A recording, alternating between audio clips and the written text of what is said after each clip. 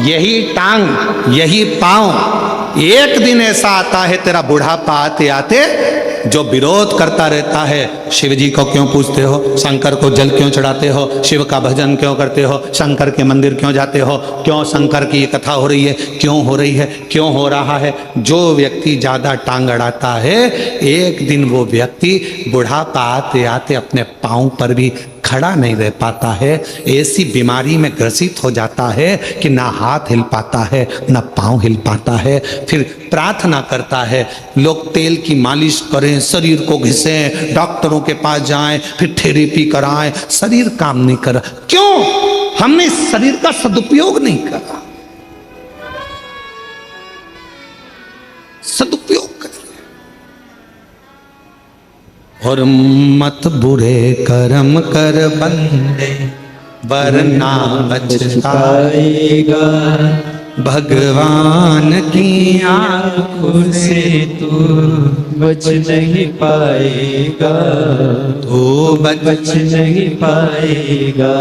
और कई कई जीव ऐसे भी होते हैं जो भगवंत भजन में डूबे रहते हैं, सत्संग में डूबे रहते हैं, कथा में डूबे रहते हैं, संकीर्तन में डूबे रहते हैं, अच्छा काम करते हैं, मंत्र जाप करते हैं, तीर्थ जाते हैं, अच्छा भजन करते हैं, यज्ञ करते हैं, अनुष्ठान करते हैं, अभिषेक करते हैं, पूजन करते हैं। उसके बाद भी शरीर में रोग आ जाता है, उसके बाद भी शरीर कष्ट में हो जाता है, उसके बाद भी हाथ पैर कड़क हो जाते हैं, उसके बाद भी शरीर नहीं चल पाता है। तो कई लोगों ने पूछा कि ये तो अच्छा भजन करने वाला था, स्मरण करने वाला था, कीर्तन करने वाला था, तीर्थ करने वाला था, इसके साथ में ये प्रॉब्लम कैसे खड़ी हो गई? उसका कारण केवल इतना सा है, हमारे पूर्व जन्म का कोई पुराना कर्म रह गया था। वो कर्म आज हमको भोगना पड़ रहा है, उसको काटना है, उसको काटना, उसको काटना।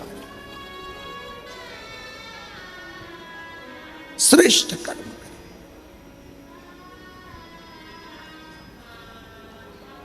राजा नीलवर्मा शरीर शिथिल, आज धीरे धीरे चलकर राजा नीलवर्मा हर्ष पत्नी पद्मावती के पास पहुंच गए। पद्मावती के पास, पद्मावती तो बैठी थी भगवान शंकर की भक्ति में, मंत्र में डूबी हुई थी। वो अखंड मंत्र का जाप करने वाली पद्मावती शिव की अखंड जप माला में डूबी हुई थी।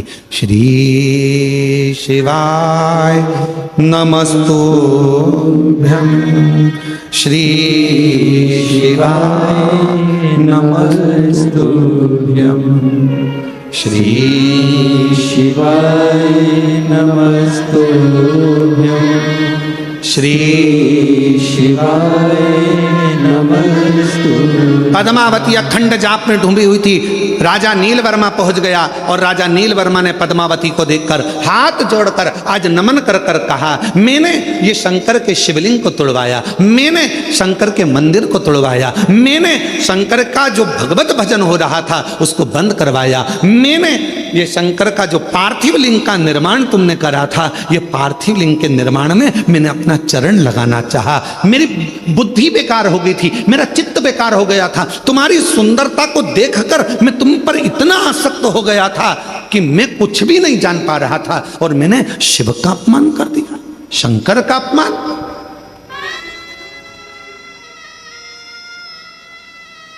विनाश काले क्या बोलते हैं? विपरीत बुद्धि। विनाश काले विपरीत बुद्धि।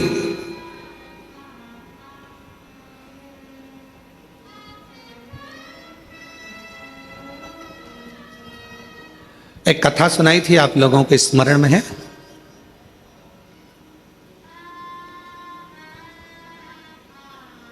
आप सब लोग कौशल प्रदेश के रहने वाले हो, राम जी के ननिहाल के हो। माता कौशल्या की एक कथा सुनाई थी पहले टीवी पर, आप लोगों में से कई लोगों ने सुनी होगी। लंका ने जो हरण, रावण ने जो हरण करा था वो कथा। मां कौशल्या, माता कौशल्या शिव जी की परम आराधना करती थी, भगवान शंकर की परम भक्त थी। और लंका के राजा रावण ने एक बार सारे ग्रहों को एकाग्रित कर कर पूछ लिया था, बताओ ग्रह मेरी मृत्यु कैसे होगी? किसी ग्रह ने जो बताता था, राजा उस लंका का राजा रावण उस ग्रह को बंदी बना लेता था। फिर भी रहा नहीं गया।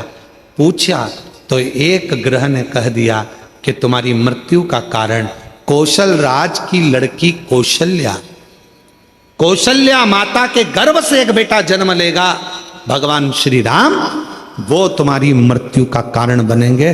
तो रावण के हृदय में ये बात खल गई और उसने माता कौशल्या जी को उसी समय पर जाकर कौशल राज की नगरी में, इसी छत्तीसगढ़ की पवित्र धरा पर आकर लंका के राजा रावण ने कहा कौशल राज से कि आप एक निवेदन स्वीकार करो, कौशल्या जी को मुझे दे, विवाह मेरे साथ करो। नहीं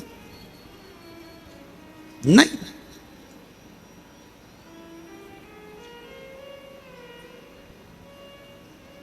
नहीं दे सकते। कौशल राज ने मना कर दिया, मेरी बेटी शिव को मानती है, मेरी बेटी सुंदर है, अगर मेरी बेटी चाहे तो आपसे विवाह करे, मेरी बेटी आती होगी, आप उससे पूछ लो। लंका का राजा रावण माता कौशल्या को देखते हैं और इतनी सुंदर मां कौशल्या को देखकर कहते हैं कि आप मुझसे विवाह करो। कौशल्या जी कहती हैं कि विवाह, ये कथा हमने देवघर में श्रवण कराई थी शायद, आप लोगों ने सुनी होगी। किस किस ने सुनी थी, जरा हाथ उठाओ। सबने सुनी है? तो देवघर में कही थी ये कथा।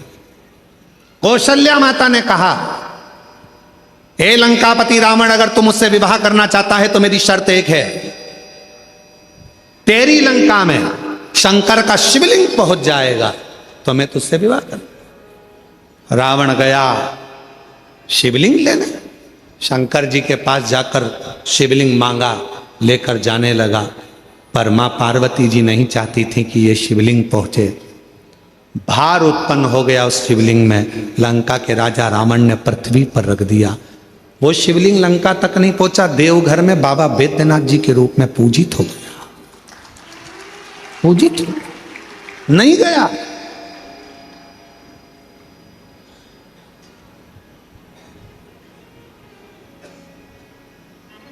वो गया ही नहीं।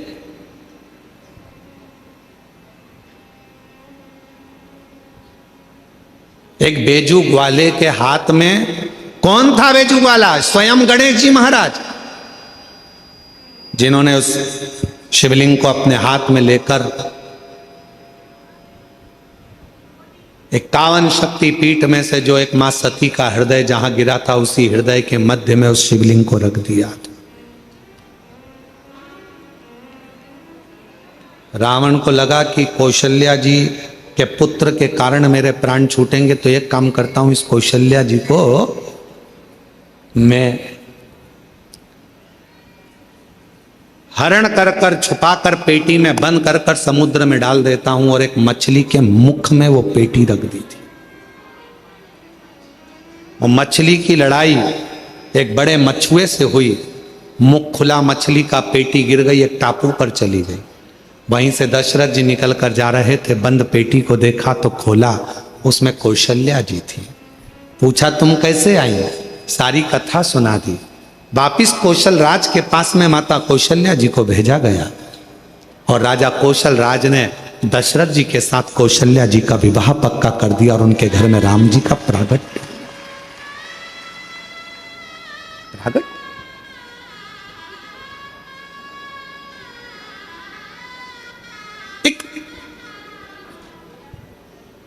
अर्श पत्नी पद्मावती के पास में राजा जाकर कहता है, राजा नीलवर्मा कहता है, अरे तुम इतनी सुंदर थी कि तुम्हारी सुंदरता के चक्कर में मैंने शिव का अपमान कर दिया। सुंदरता के और विनाश काले विपरीत बुद्धि,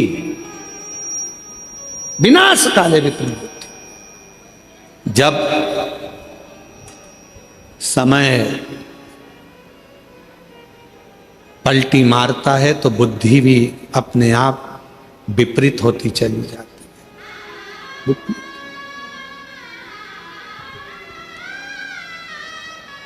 मेरी जीजियों, बुराई किसकी होती है संसार में? जम के बोलो। जो बहुत अच्छा होता है। तुम बहुत अच्छी हो, इसलिए तुम्हारी बुराई तुम्हारे घर में भी होगी और मोहल्ले में भी होगी। तुम बहुत अच्छे हो तो तुम्हारी बुराई ऑफिस में भी होगी, दुकान पर भी होगी, व्यापार में भी होगी। बुराई किसकी होती है? जो अच्छा होता है। अच्छे में से ही बुरा ढूंढा जाता है। बुरे में से कभी कोई बुरा ढूंढता है क्या? अरे बोलो तो जम के नहीं। बुराई जिसके अंदर भरी होगी उसमें से कोई बुराई नहीं ढूंढेगा। तुम कभी भी देखना, बहुत सारे ऐसे पियक्कड़ नशेले रोड के किनारे पड़े रहते हैं, कोई उनके घर में जाके सूचना करता है कि तुम्हारा पति पी के पड़ा है, तुम्हारा बेटा पीकर पड़ा है, मदिरा का पान कर लिया, नशे में पड़ा है? कोई नहीं कहता। सबको मालूम है पीता है, बहुत बेकार है, बहुत गंदा है, कौन जाकर कहेगा? पर कोई अच्छा व्यक्ति, बहुत अच्छा व्यक्ति जब कोई गंदा काम करता है, गलत काम करता है, तो लोग फिर बुराई करना प्रारंभ करते हैं। अच्छे व्यक्ति की बुराई होती है, कभी बुरे व्यक्ति की बुराई नहीं होती, क्योंकि बुरा तो पहले से बुरा, उसमें क्या खाक बुराई ढूंढेगा वो? अच्छे में से बुराई ढूंढेगा।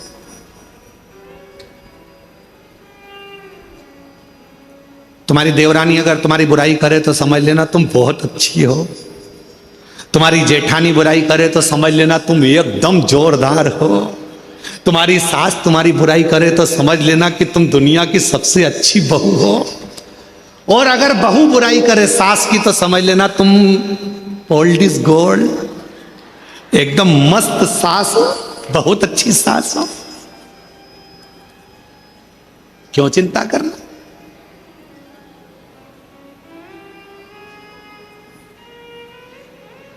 क्यों विचार कर? महाराज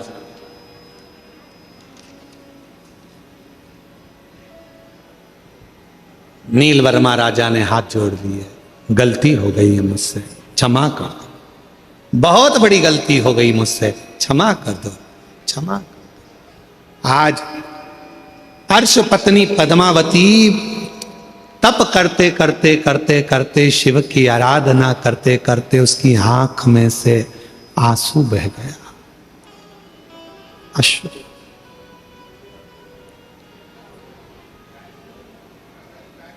और महादेव तुम्हारे चरणों में मैं तुम्हें मनाने आया।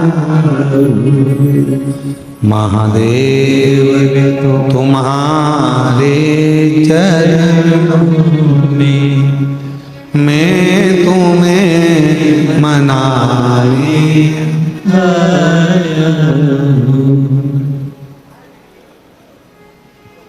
हे शिव, हे शंकर, हे उघड़दान, आहों में हे प्रभु, हे शिव, हे शंकर, महादेव तुम्हारे चरणों में मैं तुम्हें मनाने आया। पूजा की कोई वस्तु ही नहीं, पूजा की कोई वस्तु नहीं, नयन अश्रु चढ़ाने आया हूँ, नयन अश्रु चढ़ाने आया हूँ। महादेव तुम्हारे चरणों में, महादेव तुम्हारे चरणों में, भोले बाबा तुम्हारे चरणों में, भोले बाबा बोलो बोलो तुम्हारे चरणों में मैं तुम्हें रिझाने आया हूँ, मैं तुम्हें रिझाने आया हूँ। प्रभु विनय सुनाने आया हूँ, प्रभु विनय सुनाने आया हूँ। रो दी पद्मावती, रो दी, आंख से आंसू बहने लगे, नैनों से नीर बहने लगे, नीर।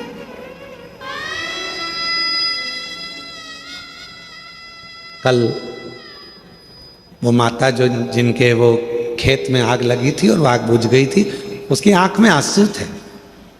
हमने कहा माइक में बोलो ना तुम्हारा गांव का नाम। मैं कैसे बोलूंगी, मैं नहीं बोलूंगी, इतनी सरलता थी। जिस यूट्यूबर ने वो डाला था वो भिलाई टाइम्स वाले ने डाला था उसको। एक बार जोरदार ताली बजाओ उनके लिए, बहुत पसंद। अगर आए हो कोई उनका जो भी भिलाई टाइम्स से जिसने उस माता के लिए डाला था, उसका नाम था गौरव यादव, उसने भी उसको कैच करा था। उसके अगर कहीं बैठे हो, अगर वो यूट्यूबर यहाँ आए हो तो वो आ सकते हैं, हमारी तरफ से उनको आमंत्रण। भिलाई टाइम्स वाले ने वो माता का वीडियो उन्होंने डाला। साधुता है उनको, साधु।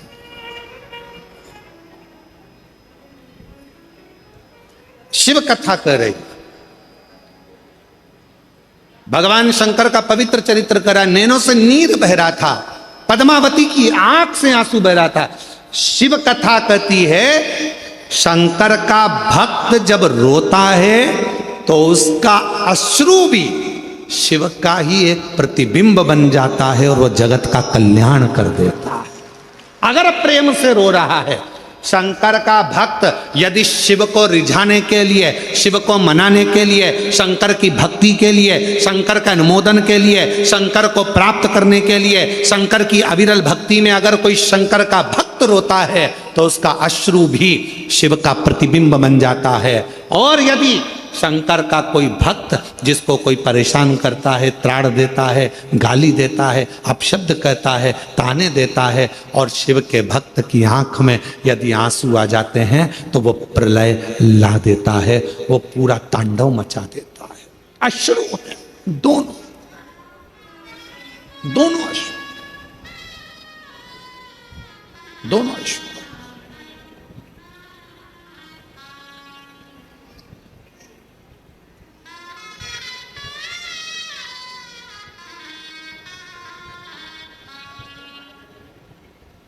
महाराज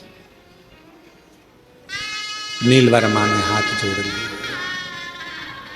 क्षमा कर दीजिए, गलती हो गई, बहुत बड़ी गलती हो गई है, क्षमा कर दी। पद्मावती रो रही थी, आंख में से आंसू एक नीचे गिरा था।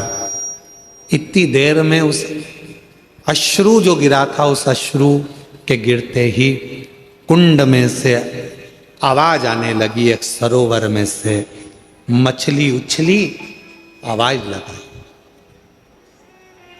मछली फिर उछली, आवाज लगाई, मछली फिर उछली, आवाज लगाई। पद्मावती, पद्मावती, हे पद्मावती। पद्मावती तो साधना में डूबी हुई थी, ध्यान नहीं दे पाई। मछली ने फिर आवाज लगाई, पद्मावती, हे पद्मावती। पद्मावती ध्यान नहीं दे पाई, वो भगवत भजन में डूबी हुई थी, भक्ति में डूबी। आखिरी में जब आवाज लगाई, मछली फिर उछली पानी में से, आवाज सुना पद्मावती ने। पद्मावती ने हाथ जोड़कर कहा, कहां से आवाज आ रही है?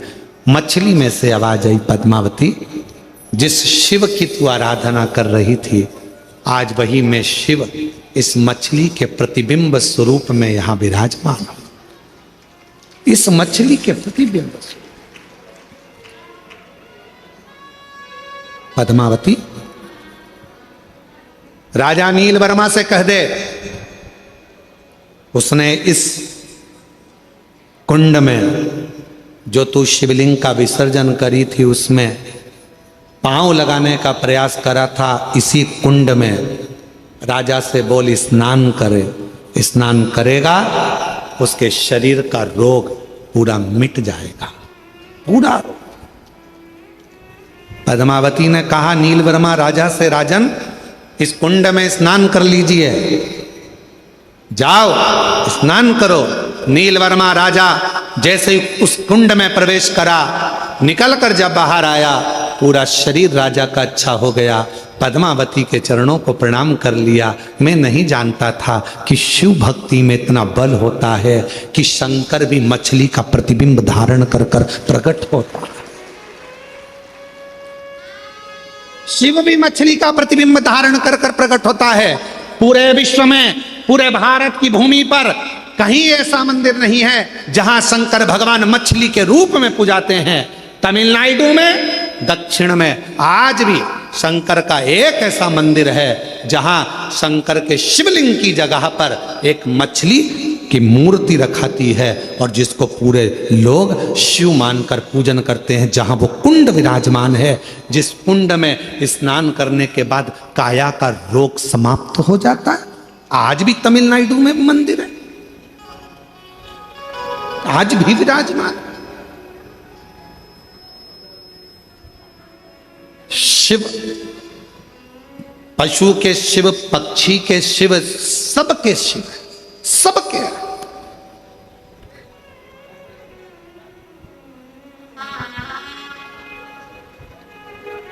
एक है शिव, एक है शंकर, एक है भोला।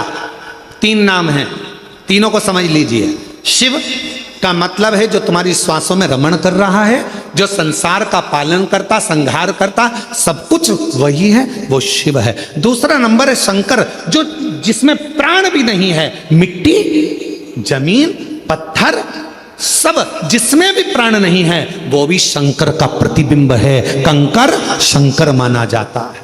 कंकर। भोला अर्थात जिस पशु में, पक्षी में, जलचर में, थलचर में, वायुचर में, अग्निचर में, सब जीवों में जो सदा विराजमान है वो भोला है, वो शिव है, वो भोला। इसलिए तेरे डमरू की धुन सुन के मैं काशी नगरी आई हूँ। तेरे डमरू की धुन सुन के मैं काशी नगरी आई हूँ। तेरे डमरू की धुन सुन के मैं काशी नगरी आई हूँ। तेरे डमरू की धुन सुन के मैं काशी नगरी आई हूँ। मैं काशी नगरी आई हूँ। मैं काशी नगरी आई हूँ। मैं काशी नगरी आई हूँ। मैं काशी नगरी आई हूँ। मैं काशी नगरी आई हूँ। मैं काशी नगरी आई हूँ। मेरे भोले ओ बम भोले, मैं काशी नगरी आई हूँ। मेरे भोले ओ बम भोले, मैं काशी नगरी आई हूँ। तेरे डमरू की धुन सुन के मैं काशी नगरी आई हूँ।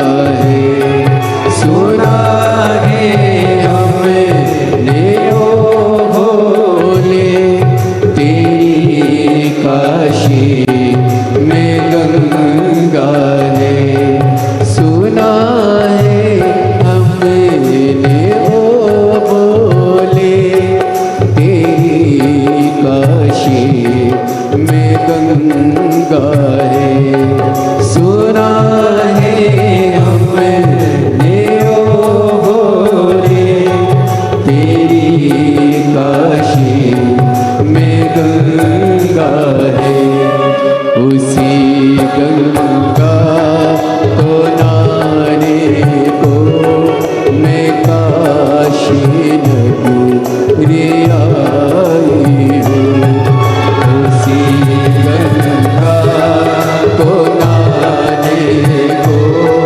मैं काशी नगरी आई हूँ, तेरे डमरू की धुन सुन के मैं काशी नगरी आई हूँ।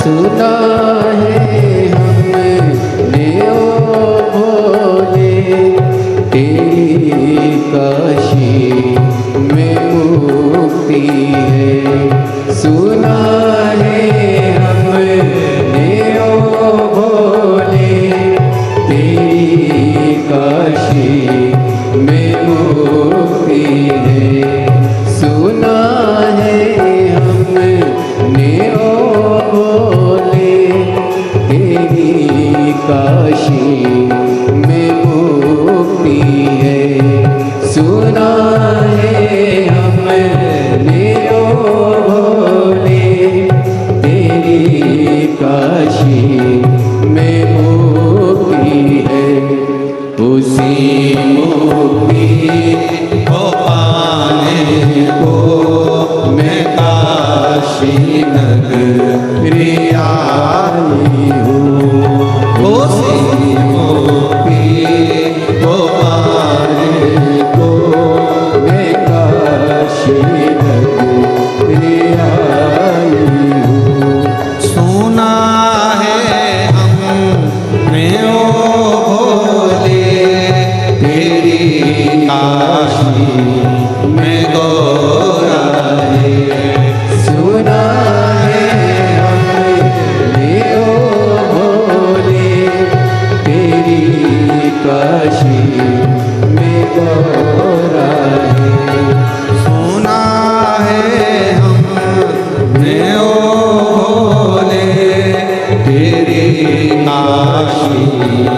में गोरा रे, सुना है हमने ओले तेरी काशी में गौरा रे।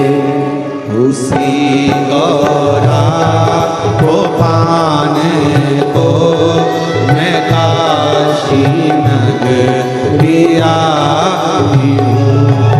उसी गौरा को पाने को मैं काशी नगरी आई हूँ। मेरे बोले ओ बम बोले मैं काशी नगरी आई हूँ। मेरे बोले ओ बम बोले मैं काशी नगरी आई हूँ। मेरे भोले ओ बम भोले मैं काशी नगरी आई हूँ। मेरे भोले ओ बम भोले मैं काशी नगरी आई हूँ। मेरे भोले ओ बम भोले मैं काशी नगरी आई हूँ। हर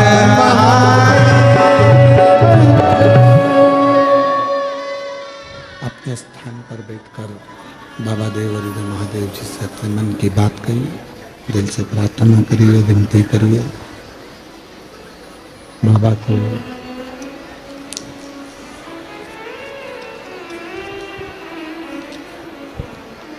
अपने मन का भाव कहो, शंभु शंभु शंभु। अपने मन का भाव देवाधिदेव महादेव से, बाबा से। ये रिटर्न नहीं चल रहे हैं तुम्हारे, ये वाले भगवान शिव से, बाबा से प्रार्थना करेंगे। नकपुरा दुर्ग छत्तीसगढ़ में जो कथा 5 दिवसीय चल रही है वो कल विराम हो जाएगी। कल कथा का समय नकपुरा में सुबह 8 बजे से जम के बोलो 11 बजे तक रहेगा। टीवी पर कथा का समय 1 बजे से 4 बजे तक ही रहेगा। ये कथा कल विराम हो जाएगी 21 तारीख को। फिर 24 तारीख से 28 तारीख तक 5 दिवसीय शिव महापुराण की कथा दोपहर में 2 बजे से 5 बजे तक पौधार स्कूल के पास JP infra complex, Hatkesh, Mira road, east Mumbai में शिव महापुराण की कथा रहेगी। 5 दिवसीय कथा रहेगी जो 24 से 28 तारीख तक दोपहर में 2 बजे से 5 बजे तक रहेगी। भाव से उस कथा का लाभ 24 से 28 दिसंबर तक आप और हम श्रवण करेंगे। फिर 4 जनवरी से 10 जनवरी तक सूरत गुजरात में कथा रहेगी। 16 जनवरी से 22 जनवरी तक बड़ौदा गुजरात में कथा रहेगी। 5 फरवरी से 9 फरवरी तक नांदेड़ महाराष्ट्र में कथा रहेगी। 11, 12, 13 फरवरी को डबरा मध्य प्रदेश में कथा रहेगी। फिर 14 से 20 फरवरी रुद्राक्ष महोत्सव सीहोर में रहेगा। ऐसे पवित्र कथाओं का क्रम रहेगा। बाबा से आज कथा का शिवरात्रि है। दिल से बाबा को प्रार्थना करो, भाव से विनय करो, निवेदन करो, विनती करो। बाबा को अपने मन का भाव कहिए, प्रार्थना करिए। साथ में बोलिएगा आपकी आवाज़ व्यासपीठ तक, व्यासपीठ और आपकी आवाज़ बाबा देवाधिदेव महादेव तक जाए। दिल से बाबा को प्रार्थना करिए।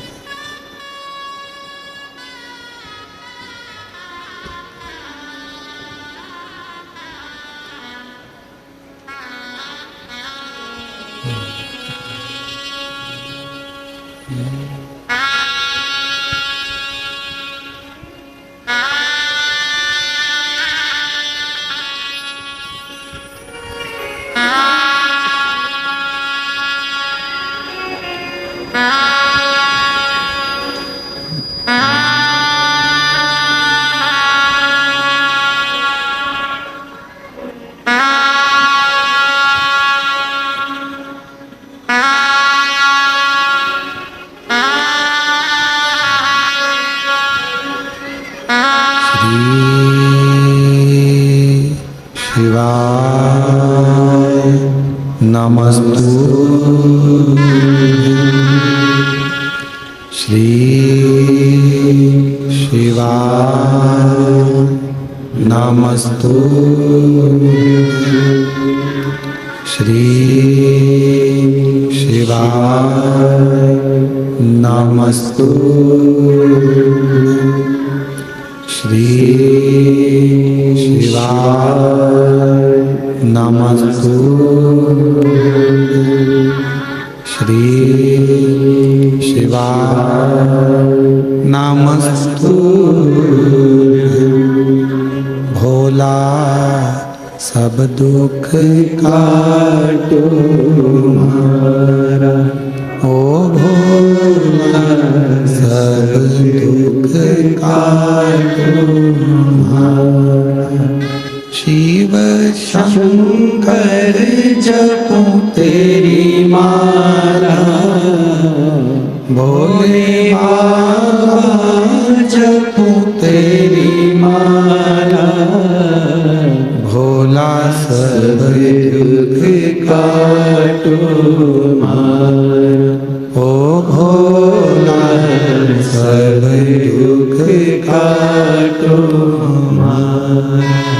वेश है मंगल मंगलकारी, वेश है मंगल मंगलकारी, शमशान वासी हमारा,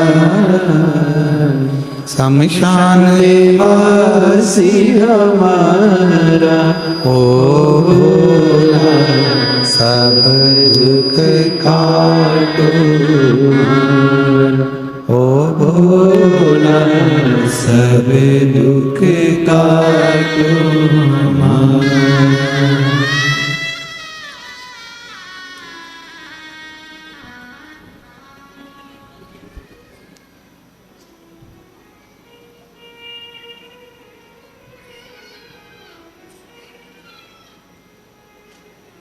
बाबा देवादिदेव महादेव भगवान शिव